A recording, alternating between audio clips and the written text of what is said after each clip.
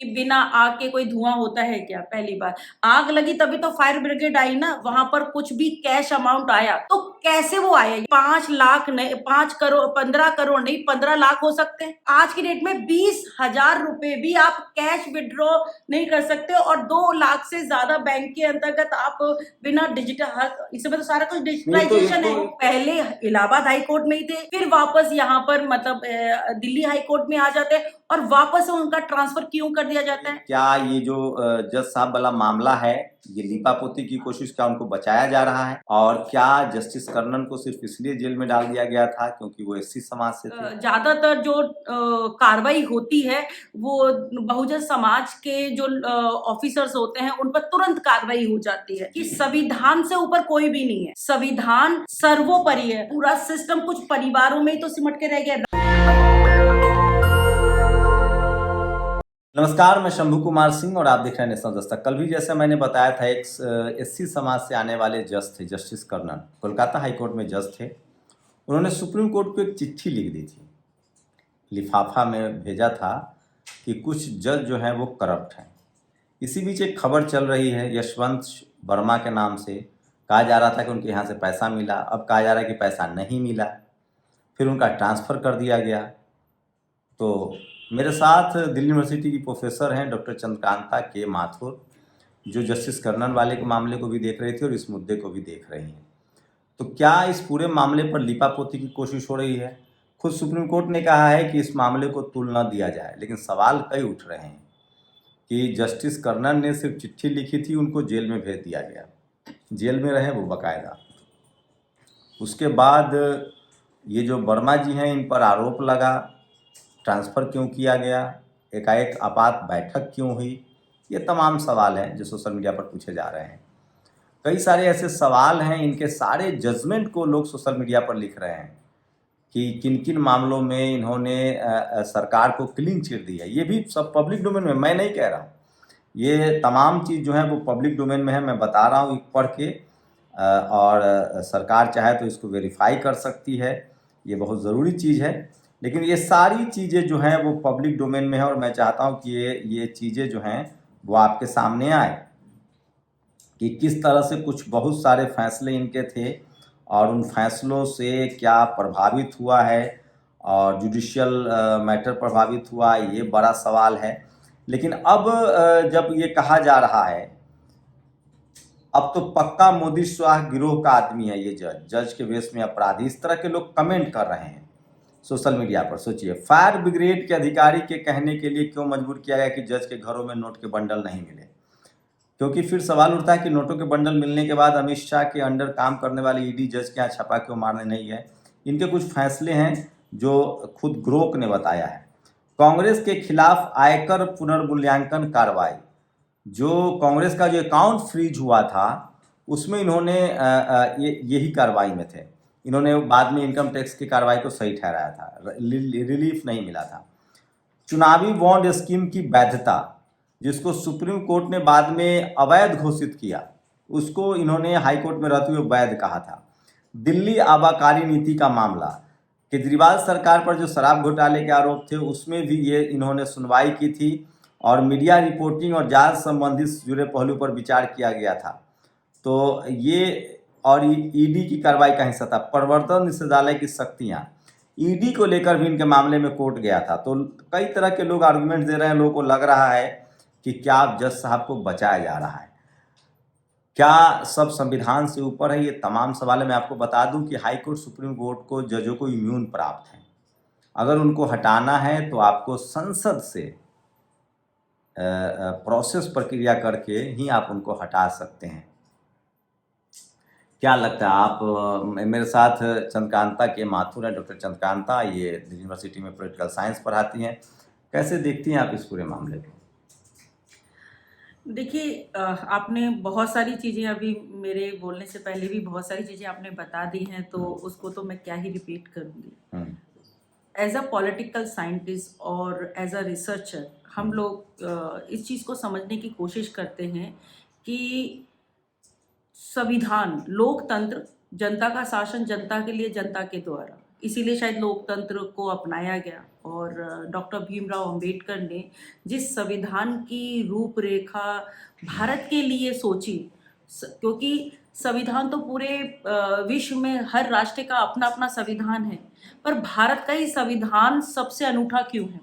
क्योंकि यही एक देश है जहाँ पर असंख्य विविधताएं हैं, और असंख्य विविधताएं होते हुए पूरा टाइम जब हम लोग स्वतंत्रता के लिए लड़ते रहे तो क्या ही ज़रूरत, पहला संविधान में पहला फंडामेंटल राइट टू इक्वलिटी दिया गया।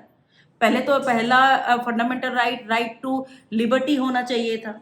तो राइट टू इक्वलिटी का मतलब है सब समान है, मतलब हमें सबसे पहले समानता चाहिए। मतलब बाबा साहब ने संविधान में जो फंडामेंटल राइट्स है उसमें राइट टू इक्वालिटी को सबसे ऊपर रखा है। आर्टिकल 14 से लेके आर्टिकल 18 तक सबसे ऊपर रखा है right to equality. Right to liberty is coming after 18। Right to equality, हाँ, राइट टू इक्वलिटी पहले आती है, राइट टू लिबर्टी पहले आती है, बाद में आती है।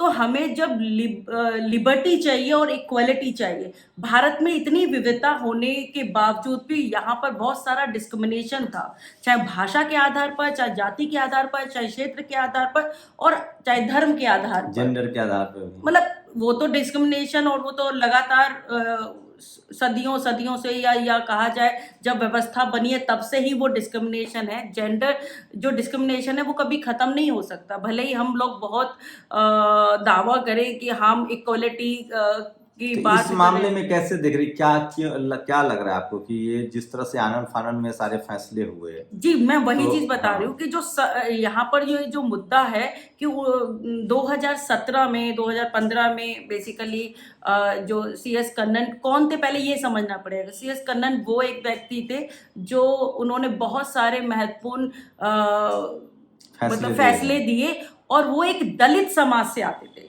मेरा मुद्दा, और उस समय मेरा मुद्दा कहा जाए या मेरा जो विचार है वो इस पर है कि वो एक दलित समाज से आते थे। बाबा साहब भीमराव अम्बेडकर भी दलित समाज से आते थे। तो दलित समाज से आया हुआ जो एक जज है वो एक अपनी आवाज़ उठाता है संविधानिक रूप से। वो सेवारत है, सेवानिवृत्त नहीं थे, सेवारत थे।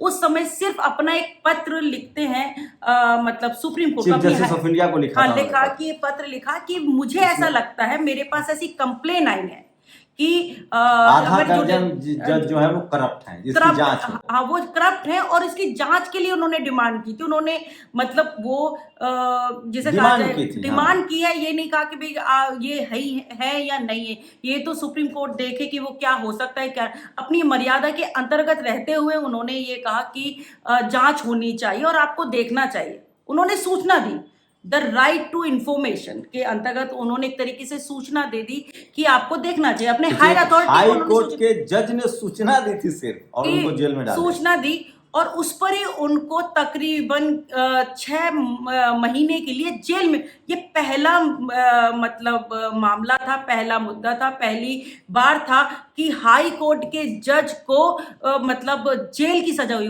बाकायदा आपको मैं बता दूं, हमारे संवैधानिक तौर पे जो हाई कोर्ट और सुप्रीम कोर्ट के जो जजेस होते हैं उनका अपॉइंटमेंट चीफ मतलब प्रेसिडेंट ऑफ इंडिया के माध्यम से होता है, और उन पर यदि उन्हें हटाया जाना है या उस पर बाकायदा महाभियोग के माध्यम से, इम्पीचमेंट के माध्यम से ही होता है, और नहीं तो मतलब उन पर कोई कार्रवाई नहीं कर सकते। हाँ, सुप्रीम कोर्ट का अधिकार है, वो एक हायरार्की है, हायरार्की के अंतर्गत अपने से निचले उस पर कार्रवाई की। पर जेल डालने वाला मुद्दा, तो ये तो एक अपने आप में तो उसके बहुत सारे आंदोलन, इसका मतलब ये माना गया कि वो दलित मतलब जज थे, इस वजह से उन पर कोई भी कार्रवाई की जा सकती है, आप उनको देख सकते हैं।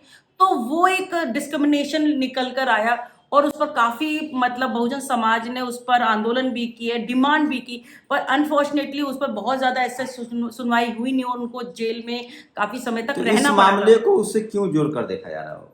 मतलब यही एक मामला नहीं है, ऐसे बहुत सारे ऐसे मामले हैं कि जो ज़्यादातर जो कार्रवाई होती है वो बहुजन समाज के जो ऑफिसर्स होते हैं उन पर तुरंत कार्रवाई हो जाती है। तो इन पर ये ऐसी अभी सत्यता मुझे नहीं पता है, चपरासी हो या चीफ जस्टिस कोई भी हो। हाँ, चीफ जस्टिस आप देख लिए ना कि चाहे आप बाला सुब्रमण्यम जी के बेटे को लेकर भी बहुत सारी मीडिया में खबरें चलाई गई कि उनका बेटा है वो बिजनेस में है, फर्जरी करता है, और तमाम तमाम जब वो चीफ जस्टिस ऑफ इंडिया थे। नहीं, उनकी बेटी है बेसिकली, और उनका बेटा भी है, और वो उस तरीके से उन पर भी कई तरीके की आरोप खबरें लगाए चलाई गए, है, खबरें खबरें चलाई चलाई है, गई। वो बीच में बाकायदा मतलब ऐसे वो खबरें सत्य नहीं थी, हाँ। और बाद में वो उसे निष्कासित हुए। तो ये जो आप मतलब वर्मा मुख्यमंत्री जी, हैं तो जेल भी जा सकते हैं। हाँ, सोचिए लालू नहीं यादव नहीं, मैं जेल वही गए, चीज कह रही शिबू हूँ, तो सोरेन जेल कानून गए। के समक्ष सभी समान है। मैंने समानता की बात जो पहली बात में कही कि संविधान से ऊपर कोई भी नहीं है, संविधान सर्वोपरि है, और संविधान की रक्षा के लिए मतलब जुडिशरी का निर्माण किया आप गया कैसे है। देखते हैं अभी अभी जो फायर ब्रिगेड के मामले खबर आई कि फायर ब्रिगेड के कर्मचारी गए थे, आग बुझाना था, तो वहाँ कुछ कैश देखिए, दिखे। किसी के घर में बाद आप में गर्ग जाते, साहब जो फायर ब्रिगेड के प्रमुख है उन्होंने कहा कि नहीं ऐसा कुछ नहीं है। फिर अब सुप्रीम कोर्ट ने भी कह दिया है कि इस मामले को बेवजह तूल दिया जा रहा है। बिना आग के धुआं निकलता है क्या? जबकि आनंद फानन में उनका ट्रांसफर भी हुआ है। आनंद फानन में मतलब कोलिशन की बैठक भी ट्रांसफर, हुई है। वही चीज मैं कह रही हूँ कि बिना आग के कोई धुआं होता है क्या? पहली बार आग लगी तभी तो फायर ब्रिगेड आई ना। मतलब अगर रसोई के अंदर खाना बन रहा होता और छौंक लगाया जा रहा होता, वो वाली आग होती, तो उसके लिए तो फायर ब्रिगेड को नहीं बुलाया जाता। अगर आग लगी और घर के अंदर कई कमरों प्रभावित हुए और एक हाई कोर्ट के जज के घर में आग लगी है, तो ये हमारी जिम्मेदारी, व्यवस्था की जिम्मेदारी, सिस्टम की जिम्मेदारी होती है उनको सुरक्षित करना। ठीक है, क्योंकि वो हम आम इंसान को सुरक्षा देने की और उसको सिक्योर, उसको प्रोटेक्शन देने की बात करते हैं। तो अगर वहां पर आग लगने में और वहां पर जब उसको बुझाते समय और उसकी सारी व्यवस्था देखते हुए वहां पर कुछ भी कैश अमाउंट आया, तो कैसे वो आया? या तो इसकी कार्रवाई की भी, वो बात आई कैसे? 7 दिनों तक वो बात चली है, कहीं ना कहीं तो उसमें सत्यता होगी। ठीक है, और कुछ तो कैश, मैं ये कहती हूँ कि 5 लाख नहीं, 5 करोड़, 15 करोड़ नहीं, 15 लाख हो सकते हैं। मैं ये कह रही हूँ कि भाई लाख करोड़ों नहीं है, कुछ लाख हो सकते हैं, पर वो लाख आज की डेट में 20,000 रुपए भी आप कैश विड्रॉ नहीं कर सकते, और 2 लाख से ज्यादा बैंक के अंतर्गत आप बिना डिजिटल, इसमें तो सारा कुछ डिजिटलाइजेशन है, एक तो तो कैश अमाउंट कैसे करने हैं? इलाहाबाद बार एसोसिएशन ने कहा कि हमको डस्टबिन समझ रखा है, इनको क्यों ट्रांसफर कर दिया? नहीं, तो वही और चीज है 15 ना। करोड़ मिलने का दावा मैं हम लोग नहीं कह रहे, बार एसोसिएशन के तिवारी जी कह रहे हैं। हाँ, वो भी तिवारी जी कह रहे हैं। अब वर्मा जी या जो भी वटेवर जिन्होंने ये सारी जो किया है, वो उनका परिप्रेक्ष्य क्या है? वो पहले इलाहाबाद हाई कोर्ट में ही थे, फिर वापस यहाँ पर मतलब दिल्ली हाई कोर्ट में आ जाते हैं, और वापस उनका ट्रांसफर क्यों कर दिया जाता है? फिर इसका मतलब उनको किस तरह, उनको प्रमोशन दिया गया है या उनको भेज दिया गया है? ये सुप्रीम कोर्ट को देखने वाली बात है कि सुप्रीम कोर्ट ने जो डिसीजन लिया है वो कुछ लोग गलत कह है। रहे हैं कि उनके पिता, वैसे भी जज तो ज्यादातर जिनके पिता जज, दादा जज होते हैं वही हाँ। जज बनते हैं। हाँ, तो परिपाटी है इस देश में, कोलोजियम है, परिपाटी है, बड़ा उन्नत तरीका है। पर ये तो मतलब एक तरीके से इनके इनइक्वालिटी हो गई ना। पिताजी भी जज थे तभी ये वो जज तो हैं। एक देखिए, एक बार जैसे एक बार बनता है, उनके पूरा का पूरा खानदान के अंदर वो जज होंगे, वकील होंगे, पूरा सिस्टम कुछ परिवारों में ही तो सिमट के रह गया। राजनीति कुछ परिवारों में सिमट के, आपको मीडिया बार बार कहता होगा कि लालू यादव जी का बेटा राजनीति में है, रामविलास जी के, 3 ही लोग का नाम लेता है आजकल, मायावती जी का नाम नहीं ले रहा है। लालू यादव, रामविलास पासवान, शिबू सोरेन और मुलायम सिंह यादव के परिवार के लोग राजनीति में हैं। ये परिवारवाद है। मैं आपको बता दूं 250 फैमिली इस देश के जुडिशियल सिस्टम को चलाता है। दादा जज, पिता जज, बाबू जज। दिलीप मंडल जो मीडिया एडवाइजर हैं भारत सरकार के, वो पहले लिखते थे जब जुडिशियल सिस्टम में जो कोई जज है उनके यहाँ बच्चा पैदा होता है तो लोग कहते हैं कि बधाई हो, आपके यहाँ जज पैदा हुआ है। नहीं, देखिए, जो परिवारवाद है, परिवारवाद तो इस समय बिल्कुल भारत की जड़ों के अंदर, भारत के अस्तित्व के अंदर घुस चुका है। ठीक है, हम जहाँ पे कहते हैं राजनीति जातिवाद, में तो कम से कम आपको 5 साल बाद परीक्षा देनी होती है ना, जनता के बीच जाना होता है। जज बनने में तो जाना नहीं पड़ेगा, आप एक जज बार बन एंट्री गए, हो बात गई, खत्म। एक बार एंट्री होगी तो वही वो एक दूसरे को कह देते हैं और उसका मतलब प्रमोशन हो जाता है। भाई ये तो एक प्रोसेस है। आप जब इंटरव्यू लेने वाला भी पिता ही बैठा होगा, इंटरव्यू देने वाला बेटा होगा, तो फेवरेटिज्म तो सब जगह होता ही है। मतलब होता है ना कि अपना अपना अपना वाली, तो उसमें देख लीजिए कि आप हायरार्की में कौन किस समुदाय के लोग ज़्यादा हैं, जाति संगत के सबसे ज़्यादा कौन लोग हैं, और या किन परिवारों के लोग ज़्यादा हैं। पूरी पॉलिटिक्स के अंदर परिवारवाद है। पूरी मतलब कोई भी पॉलिटिकल पार्टी परिवारवाद से अछूती नहीं है। पूरी political party political system basically. लेकिन उसमें है कि कम से कम परीक्षा तो देनी होती है ना, आप विधायक भी कोई बना तो हर परीक्षा 5 साल नहीं, पर नहीं जाइए। कोई परीक्षा नहीं। चुनाव लड़ने जाना होता है। चुनाव लड़ना इज अ फॉर्मेलिटी। इस समय जो समाज के भीतर जो चीजें हो रही हैं, जो लोग इन्फ्लुएंस्ड है, आपके जाति का इन्फ्लुएंस है, आपके धर्म का इन्फ्लुएंस है, आपके समुदाय का इन्फ्लुएंस है। इस समय आप नॉर्मली अभी देखिए कि दिल्ली की जो मुख्यमंत्री अभी बनी है, वो रेखा गुप्ता मुख्यमंत्री बनी है। मैंने कई जगह होर्डिंग देखी, मतलब होर्डिंग पर बधाई देने का आता है, ठीक है, लेकिन ज्यादातर नीचे लिखा है गुप्ता जी, गोयल जी, अग्रवाल जी, फलाने जी। मतलब वो सोचते हैं कि बस हम बन गए। बाकी मुख्यमंत्री तो सबके लिए है ना।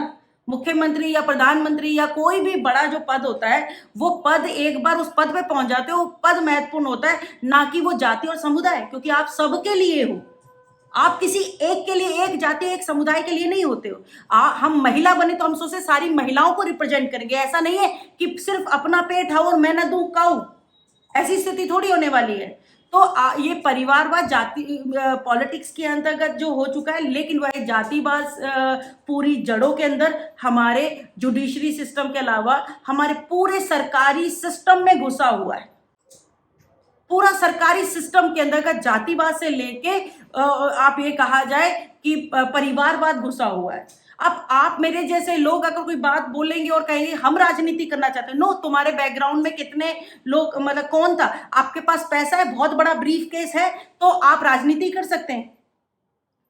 नई लोग सड़क से भी राजनीति में आते हैं। लालू यादव के पास कहाँ बैकग्राउंड? आप बार-बार आप लालू यादव आजाद के पास कहाँ बैकग्राउंड था? आए गए राजनीति में। ना ये आई एम नॉट नहीं, I am not agree with this कि कहते हैं कि अगर चंद्रशेखर आजाद के, चंद्रशेखर रावण के बारे में आप बात करेंगे, या सिर्फ राहुल मतलब लालू प्रसाद यादव के बारे में। लालू प्रसाद यादव का भी बहुत बड़ा इतिहास है, ठीक है। फैमिली बैकग्राउंड से पॉलिटिकल बैकग्राउंड नहीं है। आप उस समय की राजनीति देखिए, 2025 कुमार के पास भी फैमिली बैकग्राउंड उस समय की राजनीति आप देखिए और आज की राजनीति देखिए। मैं वही कह रहा हूँ ना, राजनीति में मैं आपको 10 नाम बता दूंगा जो बिना बैकग्राउंड के आज भी आ रहे हैं।